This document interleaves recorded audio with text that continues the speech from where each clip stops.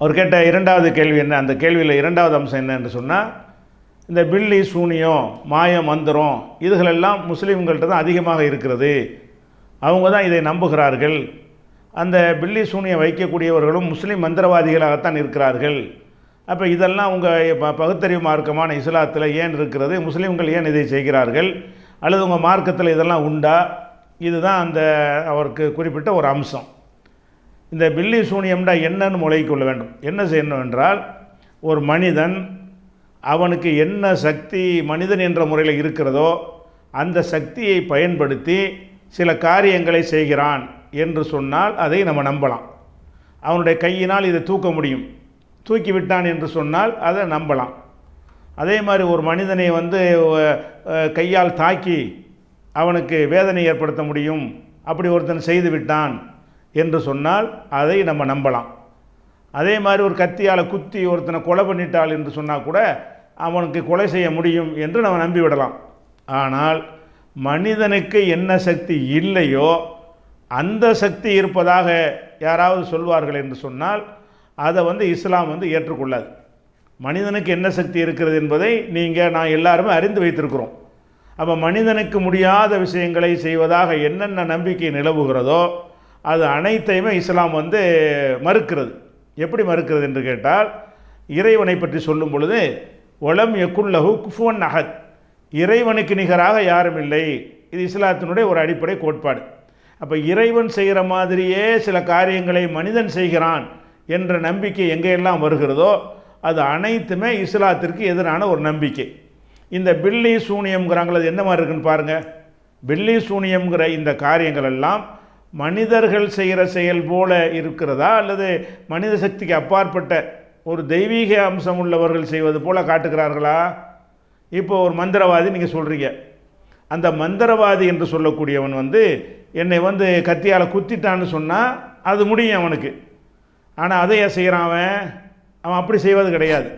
அவன் ஒரு இடத்துல இருந்து கொள்வான், அவன் சில மந்திரங்களை சொல்வான், அங்கே இருந்து கொண்டு அவன் செய்யக்கூடிய ஒரு செயலுடைய தாக்கம் எனக்கு ஏற்படுது, எனக்கு வயிற்று வலி அங்கேருந்து உண்டாக்குகிறான், என்னை மன நிம்மதி அங்கிருந்து குலைக்கிறான், ஒரு கணவன் மனைவிக்கு மத்தியில் அங்கேருந்து ஒரு பிரிவினை ஏற்படுத்தி விடுகிறான் அப்படின்னு சொன்னால் இவனுடைய செயல்பாடு மனிதனுக்கு இறைவன் வழங்கியிருக்கிறானே அந்த சக்திக்கு உட்பட்ட செயல்பாடாக இருக்கிறதா, மனித சக்திக்கு அப்பாற்பட்டதாக இருக்கிறதா? மனித சக்திக்கு அப்பாற்பட்டதாகத்தான் இதை இருக்கிறது. இப்படியான ஒரு செயல் மனிதனுக்கு கொடுக்கப்பட்டு இருக்கிறதா? கிடையவே கிடையாது. இப்போ நான் ஒரு பொருளை உங்களுக்கு தர நினைக்கிறேன், இப்படி கையால் எடுத்து உங்களுக்கு தருகிறேன் என்றால் அதை நீங்கள் நம்பலாம், இவர் தருவார். ஏனென்றால் பாக்கெட்டில் கையை விடுறேன், பணம் இருக்கிறது, எடுக்கிறேன், உங்களுக்கு தருகிறேன், இந்த மாதிரி நான் ஒரு கொடுக்குறேன் என்று சொன்னால் அதை நம்பி விடலாம். இன்னொருத்தர் என்ன செய்கிறான்னு கேட்டால் 1000 ரூபா வேணும்னு கேட்குறேன், அவன் கையை கட்டிக்கிட்டு போ பாக்கெட்டில் இருக்கும் போ அப்படிங்கிறான். இவன் எடுக்கவும் இல்லை, எனக்கு தரவும் இல்லை, நான் வாங்கவும் இல்லை. ஆனாலும் இவன் என்ன செய்கிறான்னு கேட்டால் அப்போ அவன் பாக்கெட்டில் இருக்குங்கிறான். இப்படி ஒருவன் தருவான் என்று நம்பினால் இவனை இறைவன் இடத்துல வைக்கிறீர்கள் நீங்கள். இறைவனுக்கு தான் இந்த மாதிரி எந்த முறையில் அந்த உதவி வருகிறது என்று தெரியாமல் உதவி செய்வது, ஆகு என்று சொன்னவுடன் ஆகுவது, இதெல்லாம் இறைவனுக்கு மாத்திரம் உள்ள ஒரு தனித்தன்மையாக இஸ்லாம் சொல்லி காட்டுகிறது. அப்படி இருக்கும் பொழுது இந்த சூனியம் என்று சொல்லக்கூடியவர்கள்லாம் என்னவாக தங்களை காட்டிக்கொள்கிறார்கள்? உங்களை போல மனுஷன் கிடையாதுனா, மனிதன் செய்வது போல இதெல்லாம் செய்ய மாட்டேன், அதுதான் மந்திரம்ங்கிறான், மாந்திரிகம்ங்கிறான். மாந்திரிகத்தின் மூலமாக எங்கேயோ இருக்கிற ஒருத்தனை நான் சாவடிச்சிருவேன், அவனுடைய உறுப்புகளை செயலுக்கு செஞ்சிருவேன், அவனுடைய மன அமைதியை நான் குலைத்து விடுவேன், அவனை பேச முடியாமல் செய்து விடுவேன், அவன் கையை கட்டி விடுவேன், வாயை கட்டி விடுவேன், அவனுடைய தொழிலில் நஷ்டத்தை ஏற்படுத்தி விடுவேன். இந்த மாதிரி ஒருத்தன் எங்கேயோ இருந்து கொண்டு இதை செய்கிறான் என்று நீங்கள் நம்பினால் அந்த மனிதனை எந்த இடத்தில் வைத்து பார்க்கிறீர்கள்? கடவுள் நிலையில் வைத்து பார்க்குறீர்கள். கடவுள் தான் நம்மளை டச் பண்ணாமல் நம்மளை தொடாமல் ஆகுண்டு ஆயிரும். என்னை நோய்வாய்ப்படணும்னு இறைவன் நினைச்சான்னு சொன்னால் அப்படி இறைவன் சொல்ல வேண்டியதுதான், உடனே எனக்கு நோய் வந்துவிடும். இப்படி இறைவன் செய்கிற மாதிரியான இந்த செயலை மனிதன் செய்கிற மாதிரி எங்கெல்லாம் வருகிறதோ, அது பில்லியாக இருக்கட்டும், சூனியமாக இருக்கட்டும், அந்த மாதிரி வருகிறது, அது அனைத்தையுமே இஸ்லாம் என்ன செய்கிறது? மறுக்கிறது. கிடையவே செய்ய முடியாது. அப்போ இந்த சூனியம் வைப்பதாக சொல்லக்கூடிய முஸ்லீம்கள் நிறைய இருக்கிறார்கள். காரணம் என்னென்னு கேட்டால் அதை வைத்து பிழைப்பு நடத்துவதற்காக செய்து கொண்டிருக்கிறார்கள். இஸ்லாம் அதை அனுமதிக்குதா, அப்படி ஒன்று இருக்குன்னு அந்த கான்செப்டை ஒத்துக்கொள்ளுகிறா என்று சொன்னால் நிச்சயமாக ஒத்துக்கொள்ளவில்லை. இறைவனைப் போல மனிதன் செயல்படுகிறான் என்று வருகிற எல்லா நம்பிக்கைகளையும் இஸ்லாம் வந்து இணை கற்பித்தல் கடும் குற்றம் என்ற ஒரு பட்டியலில் சேர்த்திருக்கிறது. அதனால மாயம் மந்திரம் இப்படி கையை காட்டுறான், ஒன்றுமில்லை இன்னும் எடுத்து காட்டுறான், முடியவே முடியாது. சில செட்டிங்குகள் பண்ணி சில முன் தயாரிப்புகளை செய்து கண்கட்டி வித்தைன்னு சொல்கிறாங்களே, ஒரு செகண்டில் கையை மறைச்சி எடுத்து காட்டுவான். ஒரு மோதிரத்தை தருகிறான் என்று சொன்னால் அவன் சட்டை பாக்கெட்லேயோ கையிலையோ ஒரு முடிக்குள்ளேயோ என்னதை வச்சிருப்பான். அதை திடீரென்று வேகமாக உங்களுடைய கவனத்தை திருப்பி எடுத்து தர முடியுமே தவிர வெறுங்கையிலேருந்து ஒரு பொருளை எடுத்து தர்ற மாதிரி செய்ய முடியுமான்னா அது முடியாது. ஏன், ஒன்றுமில்லாமல் இருந்து உண்டாக்குவது இறைவனுக்கு மாத்திரம் உள்ள ஒரு விஷயம். ஒரு பொருளை வேற ஒரு பொருளாக மாற்றுவது வந்து எந்த முறையில் மாற்றலாமோ அந்த முறையில் மாற்றலாம். சார், ரசாயன சேர்க்கை மூலமாக ஒரு பொருளை வேற ஒரு பொருளாக மாற்ற முடியும். அது மனுஷனுக்கு இறைவன் கொடுத்துருக்கிறான். அப்படி இல்லாமல் இந்த கைக்குட்டை இருக்கிறது, இதை வந்து எரித்து சாம்பலாக்க முடியும், இது மாற்ற முடியுங்கிற ஓகே, இது எல்லாருக்கும் முடியும். இதை எரித்து சாம்பலாக்க முடியும் என்பது வந்து இது மந்திரத்தினால் நடக்கிறது கிடையாது. இதை நான் நினைச்சாலும் சாம்பலாக்க முடியும், நீங்கள் நினைத்தாலும் சாம்பலாக்க முடியும், யார் வேணாலும் ஆக்க முடியும். அந்த மாதிரி ஒரு மனிதன் செய்கிறான் என்றால் நீங்கள் ஒத்துக்கொள்ளலாம். ஆனால் அப்படி எந்த மனிதனும் செய்ய முடியாத ஒன்றை கைக்கூட்டை எடுத்துக்கொண்டு மூழ்கிறான், அப்படி திறக்கிறான், ரூபா நோட்டாக வருது, கைக்கூட்டை ரூபாயாக மாறி விடுகிறது. அப்போ கைக்கூட்டை ரூபாயாக மாறுமா? அப்படி மாறக்கூடிய ஒரு மெத்தட் இருக்குதா? எல்லாருக்கும் மாறணும். அப்படி மாறலை என்று சொன்னால், ஒருத்தனுக்கு மட்டும் மாறுதுன்னு சொன்னால் அது மாறலை. அது மாறுவதாக என்ன செய்கிறான், அவங்களை வந்து ஏமாத்துகிறான். அவங்ககிட்ட ரூபா நோட்டு இருக்கும், ரெண்டாவது தடவை எடுத்து கேட்டிங்கன்னா அவனுக்கு எடுத்து தர தெரியாது, முடியாது. ஏன்னு கேட்டால் ஒரு தடவை செட்டிங் பண்ணி வச்சுருப்பாங்க. அந்த செய்கிறதெல்லாம் ஒரு செட்டிங்கு தான், அது வந்து ஒரு தந்திரம்தான் என்பதை வந்து நீங்கள் என்ன செய்யலாம், பல சோதனைகள் உட்படுத்தி நீங்கள் தெரிந்து கொள்ளலாம். அவன் நினைக்கிறத உங்களுக்கு செய்வானே தவிர நீங்களாக என்ன செய்யுங்க, ஒரு பொருளை கொண்டு கொடுத்து இந்த பேனாவை தங்க பேனா வாங்கி தாண்டு கேளுங்க பார்ப்போம், அதை அவனுக்கு செய்ய முடியாது. அவன் எதை வந்து மாத்திரம் நினைத்து வைத்திருக்கிறானோ அந்த பொருளை முன் தயாரிப்பாக கொண்டு வந்திருப்பான். அந்த மேஜிக்கு தந்திரம் செய்வதற்குரிய கருவிகள் சாதனங்கள் எல்லாம் நிறைய சந்தைகளை விற்பனை ஆகி கொண்டிருக்கிறது. அது மாதிரி கருவிகளை வைத்து எதை வேண்டாலும் எப்படி வேண்டாலும் மாற்றுற மாதிரி என்ன செய்ய முடியும், காட்ட முடியுமே தவிர நிஜமாக மாற்ற முடியுமா என்றால் ஒன்றை வேற ஒன்றாக மாற்றுறது என்பது கடவுளுக்கு மாத்திரம் உள்ள ஒரு தன்மை. மனிதன் மாற்றுவான் என்று சொன்னால் அதற்குரிய முறை பிரகாரம் எந்த பொருளை எப்படி மாற்றலாம் என்று ஒரு முறை உலகத்தில் இருக்கிறதோ அந்த முறை பிரகாரம் மாற்றினான்னு சொல்லி நம்பிட்டு போகிறோம். இந்த கைக்குட்டையை சாம்பலாக்கி விட்டார்னு சொன்னீங்கன்னா ஆக்கலாமே, நான் கூட ஆக்குவேனே, யாரும் ஆக்கலாமே அப்படின்னு நம்பலாம். அப்படி இல்லாத ஒன்றை மனுஷன் செய்யறான்னா மனுஷனுக்கு அந்த சக்தி ஏது? அப்போ நீங்கள் அது ஒரு பொய் பித்தலாட்டம்னு நுழைங்கி கொள்ள வேண்டும். அதுபோக இந்த மாதிரி ஒரு சக்தி அவனுக்கு இருக்குன்னு வாதிடுகிறான் என்று சொன்னால் அதை நீங்கள் சோதித்து அறிய முடியுமா, முடியாதா? உங்களுக்கு மார்க் அறிவு இருக்க வேண்டியதில்லை, ஆராய்ச்சி இருக்க தேவையில்லை. ஒருத்தன் வந்து என்ன செய்கிறான்டா, எனக்கு மந்திர சக்தி இருக்குங்கிறான். மந்திர சக்தினா என்னது, இங்கே இருந்து கொண்டு என்ன வேண்டாலும் செய்வேன் அப்படிங்கிறான், எதை வேண்டாலும் கண்டுபிடித்துருவேங்கிறான், யாரை வேண்டாலும் வீழ்த்திடுவேங்கிறான். அப்படி சொல்கிறானா இல்லையா? அவனிடத்தில் நீங்கள் சில சோதனைகளை சில கேள்விகளை கேட்டு அவங்ககிட்ட அந்த சக்தி இருக்கான்னு கண்டுபிடிக்க முடியுமா, முடியாதா? உங்கள் கையில் மூடி வைத்திருக்கிற ஒரு பொருளை காட்டி இதில் என்ன இருக்குது சொல்லு என்று அரிதான பொருளை கொண்டே வைக்கணும். பெரும்பாலும் காசு தான் வச்சுருப்பாங்கன்னு சொல்லிவிடுவாங்க. அரிதாக வைக்கப்படாத ஒரு பொருளை கையில் மூடி வைத்து கொண்டு அவன் கண்ணு முன்னாடி நின்று கொண்டு இதில் என்ன இருக்குது சொல்லு, சொல்ல முடியுமா? சொல்ல மாட்டான். ஏன்டா இதில் உள்ளது உனக்கு தெரியலை, 25 கிலோமீட்டருக்கு அப்பால் உள்ளவனுக்கு போய் நீ மந்திரம் வச்சுருவியா அப்படின்னு நம்ம கேட்கணும். ஒரு சோதனையில் தோற்று போயிடுறான். அப்போ இந்த மாதிரி சோதனை செய்து பார்த்தீர்கள் என்று சொன்னால் அவங்களிடத்தில் மனிதனுக்குரிய சக்தியை தாண்டி வேறு சக்தி இருக்க, உங்களை மாதிரி தான் அவனும். ஆனால் இதை அப்படி மாற்றிடுவான், அதை இப்படி மாற்றிடுவேன்னு சொல்லுவானே. ஆனால் அவன் ஏன் அந்த மாதிரி மாற்றி பெரிய கோடீஸ்வரன் ஆக முடியலை? இருக்கிற ஒரு 5 மணல் மூட்டையை வாங்கிட்டு போய் தங்கத்தூள் ஆக்கிற வேண்டியதானே, அதுக்கப்புறம் எந்த கஷ்டம் இருக்காத, சிறப்பாக செழிப்பாக வாழலாமே. இதெல்லாம் செஞ்சு கட்டிட்டு ஏங்கிட்டதுக்கு 100 ரூபா கேட்குறான். அந்த மாதிரி ஒரு அதீத பவர் உள்ள ஒருத்தனாக இருந்தால் அவனுடைய வாழ்க்கையை செழிப்பாக ஆக்குவதற்காக வேண்டி அந்த மந்திரங்களை செய்து அந்த செழிப்பான ஒரு காரியத்தை செஞ்சு அவன் முன்னேறி வரலாமே. அவன்லாம் யாராக இருக்கான்? அந்த மந்திர சக்தி எனக்கு இருக்குன்னு வாதிடக்கூடியவன் எல்லாம் மக்கள்கிட்ட பிச்சை எடுக்கிறவனாக இருக்கிறானா இல்லையா? அப்போ நீங்கள் கொடுக்குற 100க்கும் 200க்கும் இதை செய்து தரக்கூடியவனாக இருக்கிறான், 1000க்கு 2000க்கும் செய்யக்கூடியவனாக இருப்பான் என்று சொன்னால் அவனிடத்தில் அந்த ஆற்றல் இல்லை. இந்த ஆற்றல் இருந்தால் உங்கள்கிட்ட கேட்கவே மாட்டான். யாருக்கு வேணும் ரூபா கொண்டு வா, வெறும் பேப்பர் கொண்டு வா, நான் ரூபாயாக்கி தர்றேன், மண்ணள்ளி கொண்டு வா, நான் உனக்கு தங்கமாக்கி தர்றேன் அப்படின்னு அவன் சொல்லியிருப்பானேனால்தான் அவனிடத்தில் அந்த மந்திர சக்தி இருக்குங்கிற அர்த்தம். அப்படி எவனா செஞ்சு நீங்கள் பார்த்துருக்குறீங்களா? எந்த மந்திரவாதியாக இருந்தாலும் எல்லாம் செஞ்சுவிட்டு கையேந்துறான். அல்ல முதல்ல ரூபா வாங்கிக்கிறான், என்ன செய்யணும், யாரை கொல்லணும், யாரை வீழ்த்தணும், அது கொண்ட ரூபாயை கொடு அப்படின்னு சொல்லி ரூபாயை, இந்த ரூபாய்க்காக வேண்டி இதை செய்யக்கூடியவன் இந்த ரூபாயை அவன் உண்டாகி கொள்ளலாமே, இதுக்கு மேலே உண்டாகி கொள்ளலாமே. இது மாதிரி ஒன்று இல்லைங்கிறதுக்கு வந்து இதை விட என்ன ஆதாரம் வேணும்? அவன் என்ன மாதிரி இருக்கிறான்?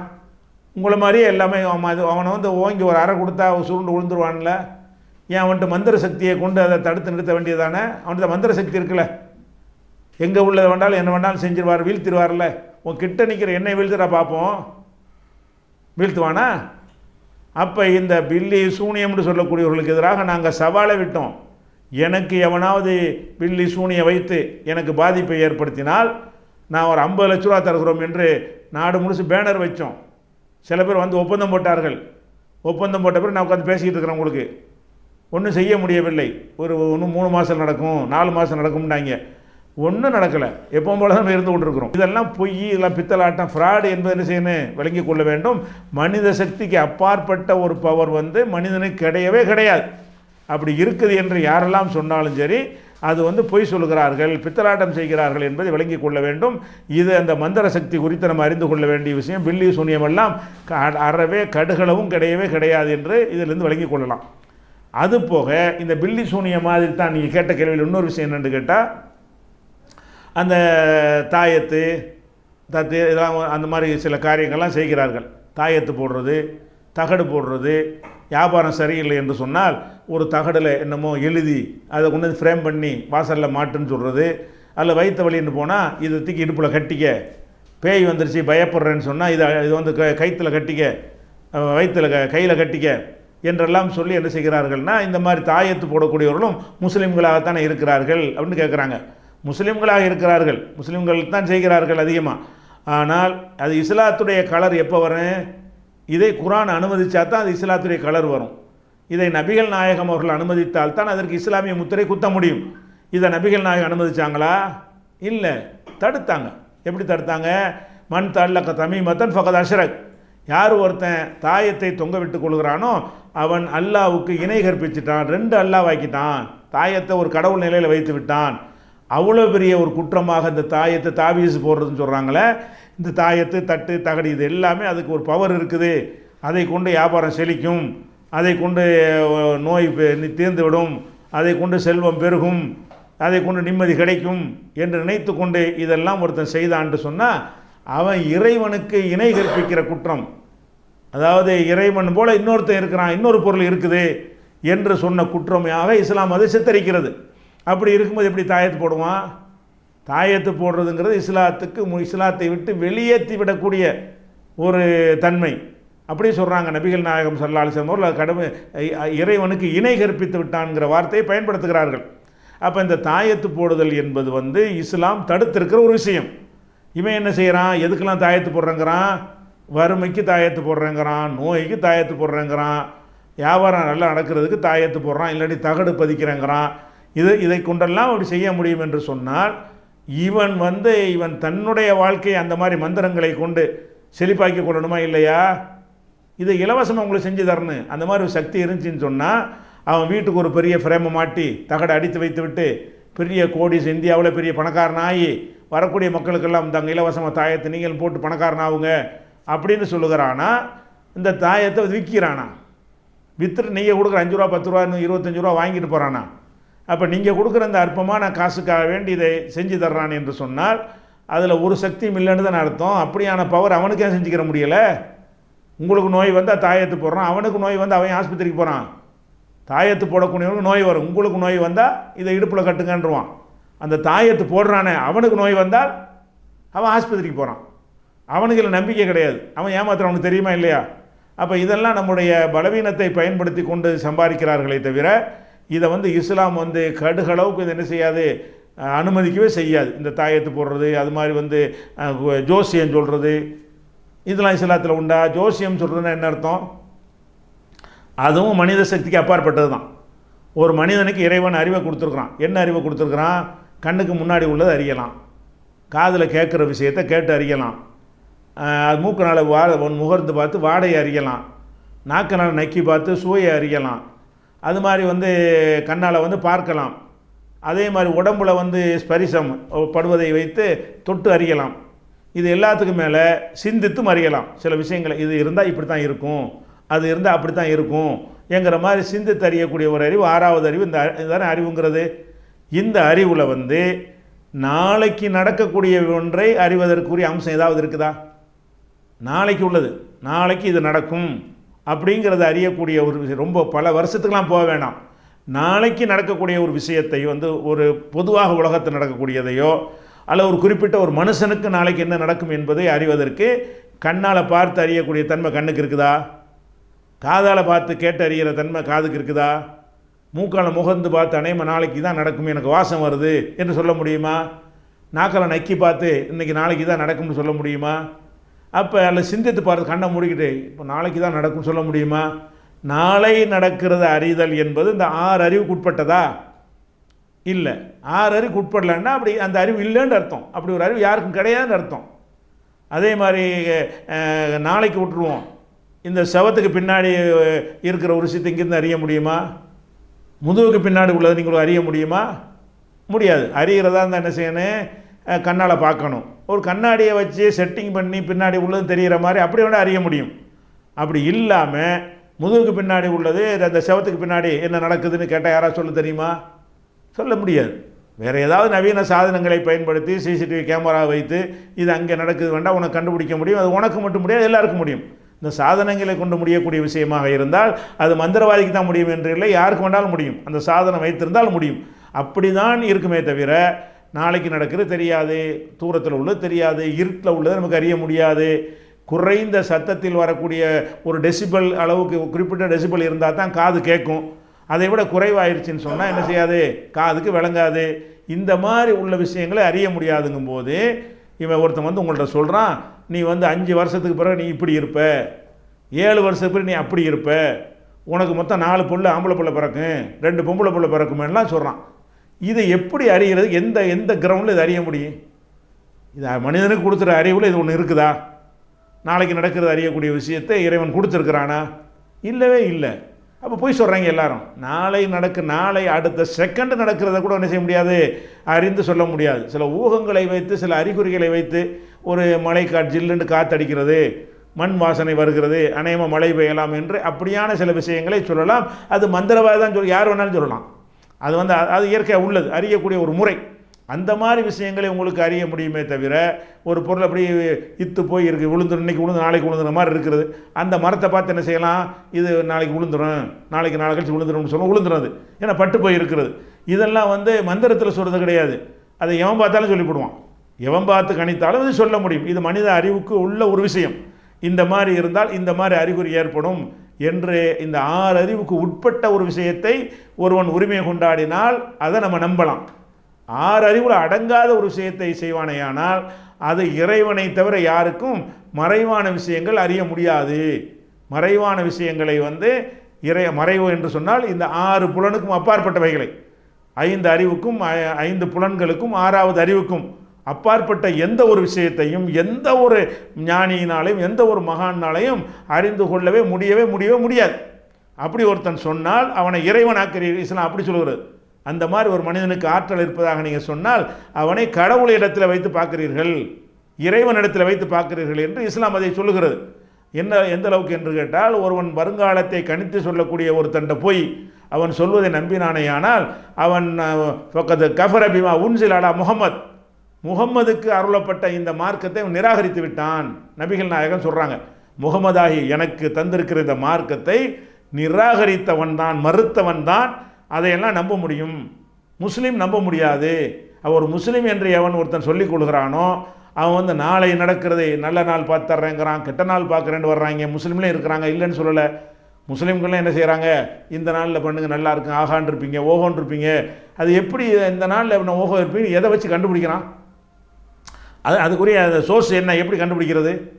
இந்த நாளில் நீ கல்யாணம் பண்ணால் இப்படி இருப்பாய், இந்த பொண்ணை கல்யாணம் பண்ண நல்லா இருக்க மாட்டாய், இப்படியெல்லாம் சொல்லி யாரை கல்யாணம் பண்ணுங்கிறது தீர்வு சொல்கிறான். எந்த கிழமையில் வியாபாரம் பண்ணால் நீ நல்லா இருப்பேன்னு சொல்கிறான். யாருக்கு எந்த வியாபாரம் நல்லா வரும்னு சொல்கிறான்.